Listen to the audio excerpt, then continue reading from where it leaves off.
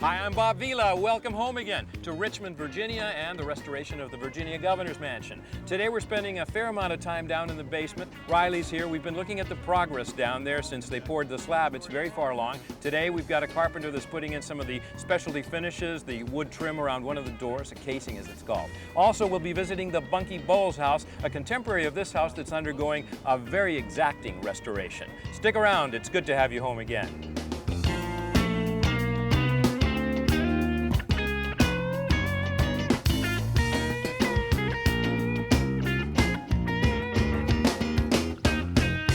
Sears presents Bob Vila's Home Again.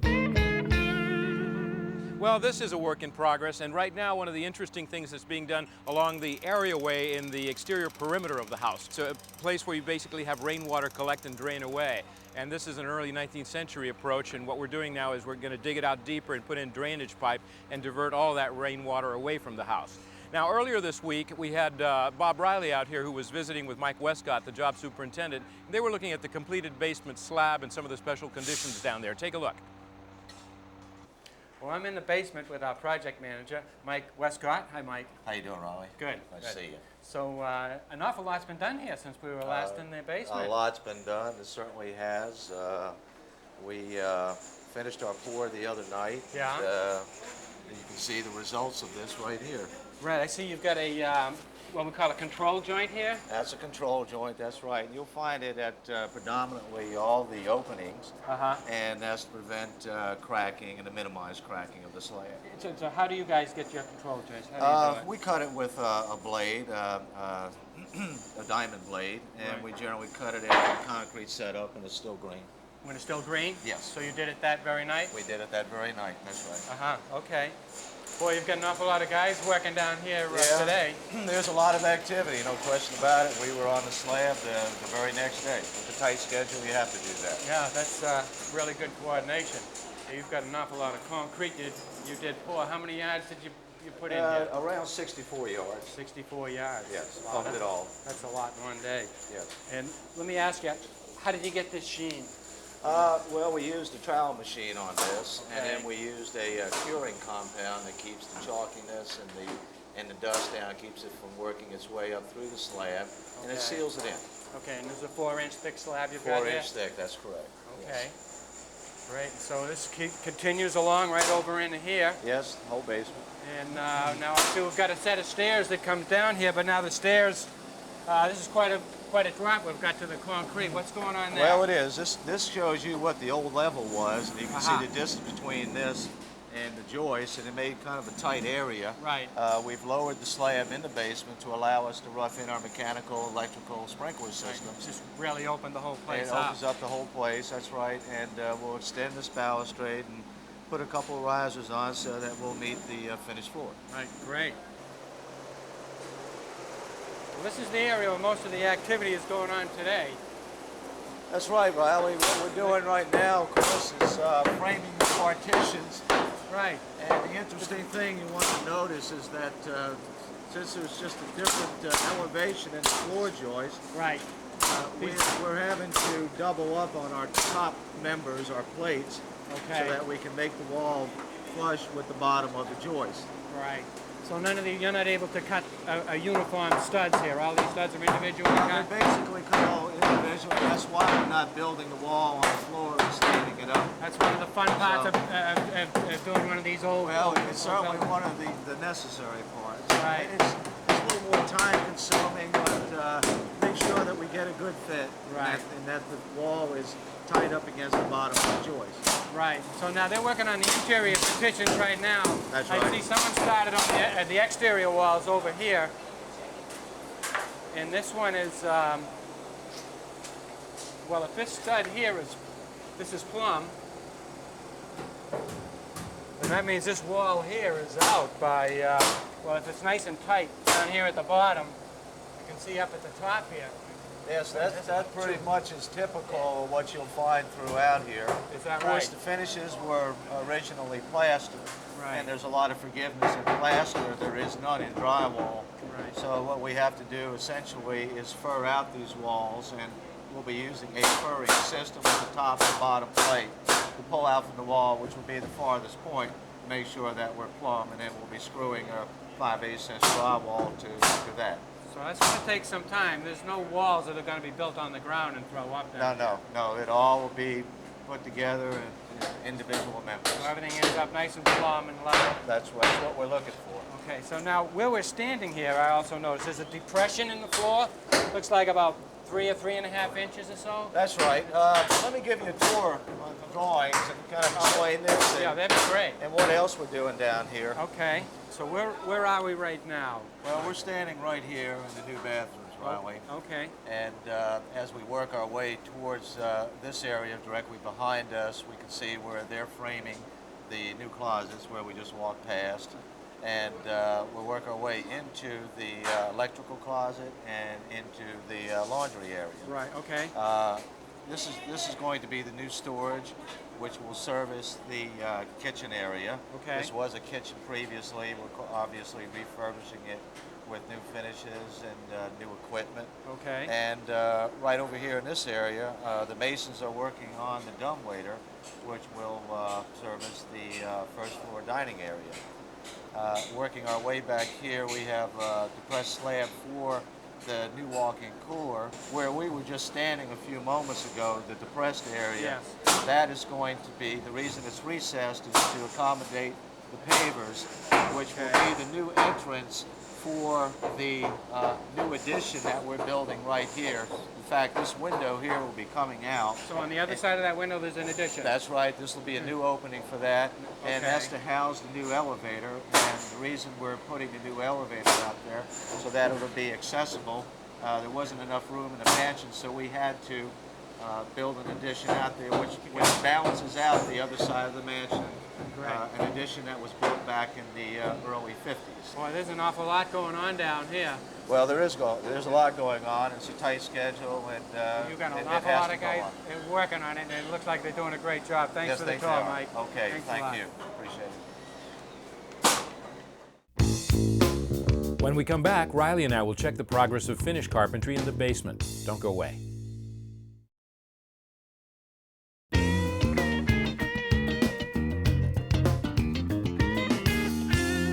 Okay, well, Ryley, we've had a couple of weeks go by, and they've had nothing but progress to report down here. It's almost... So a lot of progress. Last time I was here, it was full of carpenters doing all the rough framing, and it was very busy. Now the plastering is completed. Now this side of the basement is primarily where you're going to have the administrative people located. So this is the receptionist's area.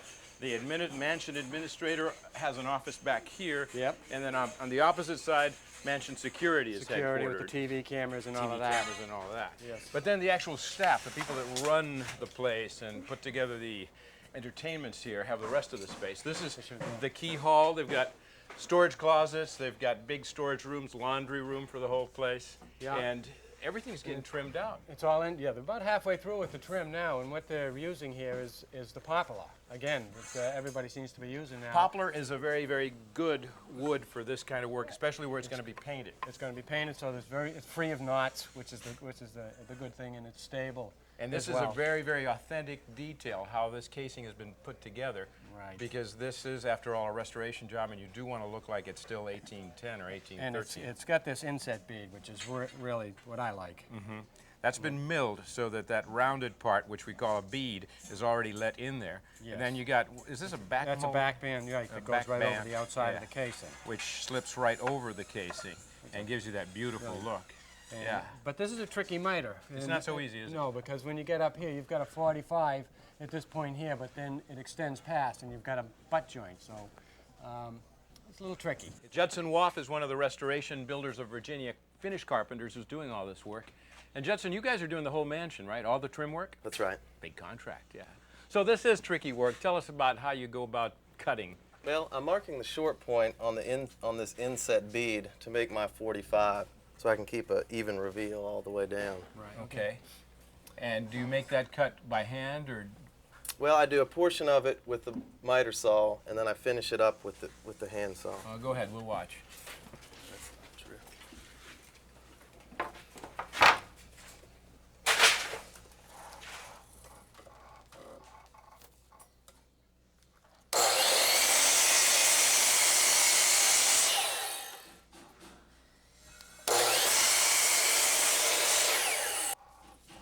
Then I You want clamp that this clamp? on and get it approximately where it should be. Those are great clamps, aren't they?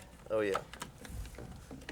Then I'm able to hold my header piece up here about where it goes and mark the short point again. So again, you're eyeballing it. That's right.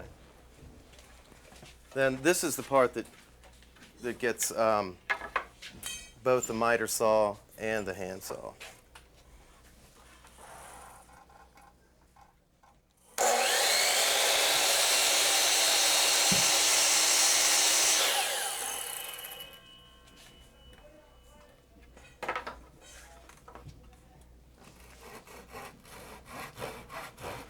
I try to give it a little back cut so that only the face is seen. A back cut means you're putting a little bit of an angle into the cut away from the forward surface. That's right.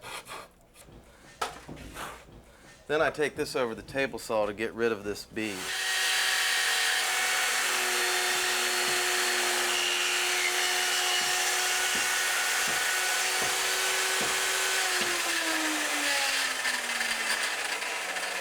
Then I usually clean it up with my utility knife.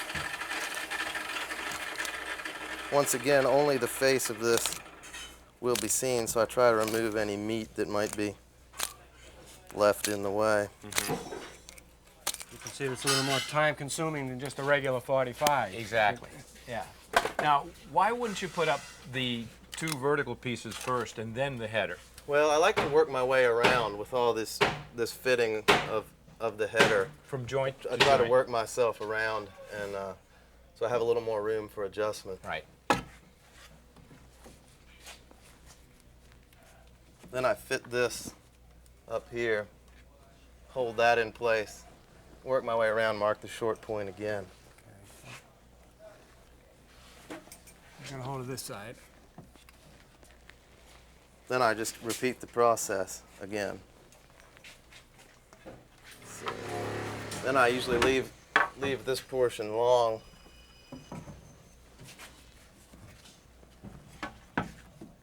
So I can match this up here, make sure everything's looking good, and mark this. And of course, these ends are going to be covered by the back molding. That's right, the back band will cover these ends, so this cut isn't as crucial. All right, are we ready to shoot it in? Think so. Okay. Now, even though it's restoration work, we're still not hammering by hand because it is commercial work. It's commercial work, right, and everybody's got the pneumatic nailers, and there's probably, I'll bet you, 2 or 3 compressors on the job here. Right, and this speeds it up by 100%. I mean, if you were doing all this by hand, you'd get maybe a couple of doorways done a day. Right, plus it eliminates all those dings that can happen.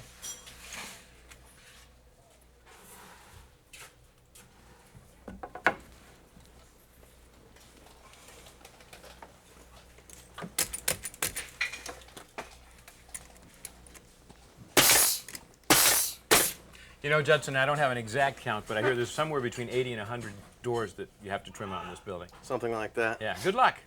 Thanks. Nice work. Nice job, Dick. In a moment, we'll visit the restoration of the octagonal parlor at the Hancock-Wirt-Caskie House in Richmond.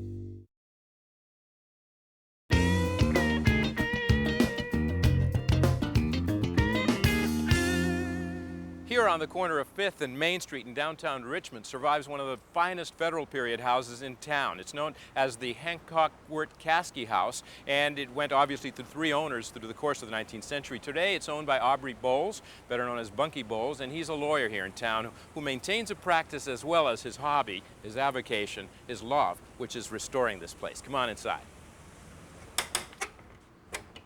Mr. Bowles, hello. Welcome to the Hancock-Wirt-Caskie House. Thank you. That must be Beijing, your dog in the Oh, background. yes, that's Beijing. And I understand you're known as Bunky around town. That is correct. May I call you that? You certainly may. Thank you. Now, you run your law practice out of this historic home, That is correct. and your real passion, of course, is the restoration of the place. How long have you been at it? I've been at it since March of 1985. So- It's a labor of love. It is. And when do you expect to be completed? Hopefully before I go to Hollywood Cemetery. Now, the approach that you've taken here is one that requires a great deal of patience. I know that, because Yes, it does. there's so much archaeology involved. Can you tell us a little bit about that, what we're looking at up here, for example? What I have done is I've moved the staircase back to where it originally was.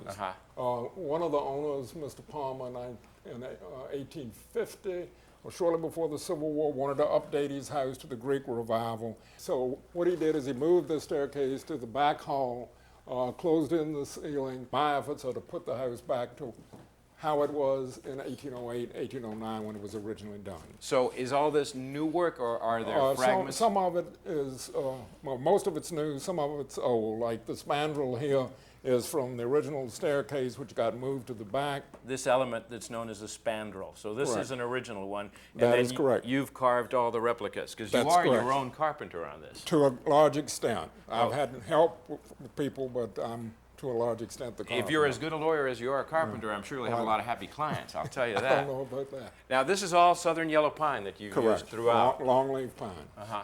And up at the top, I noticed that there's well, I guess that's a Greek key that runs along the bottom of the baluster. Right, that's based on a fragment was found in the well of the house. An actual fragment of the An original actual wooden. fragment of the original meander or Greek key, whatever you want to call And it. so you made that. Correct.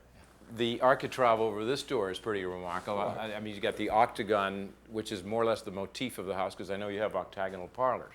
Well, that's right out of William Payne, who was an English architect in the mid-18th century, who wrote a whole bunch of books that most American builders had. Blue ceiling in there, is that something that would have been authentic? Yes. There were 3 coats of white plaster, and the last one, the oldest one, was blue.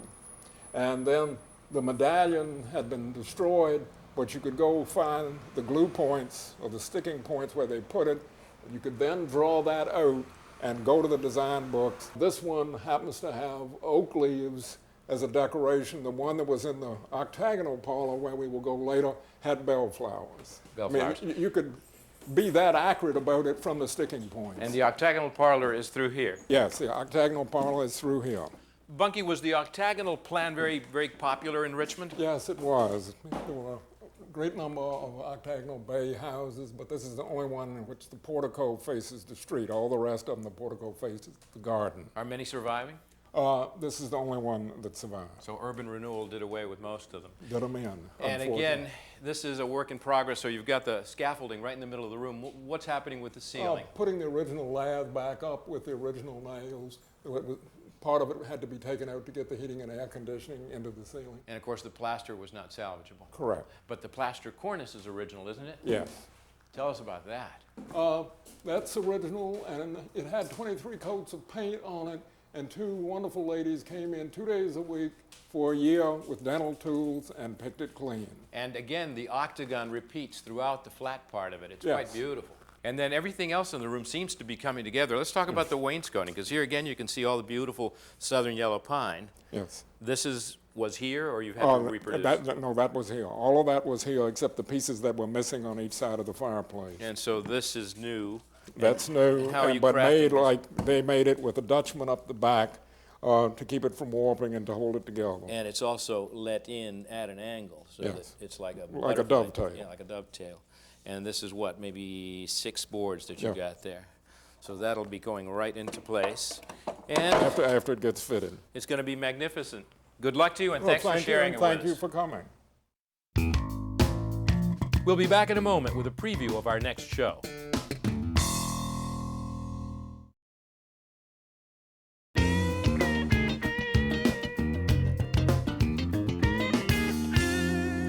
And that wraps things up. Come home again next time. We're going to be building stud walls on the 2nd floor for the private apartments for the governor and First Lady, and we'll be putting in a dumbwaiter. Till then, I'm Bob Vila. It's great to have you home again.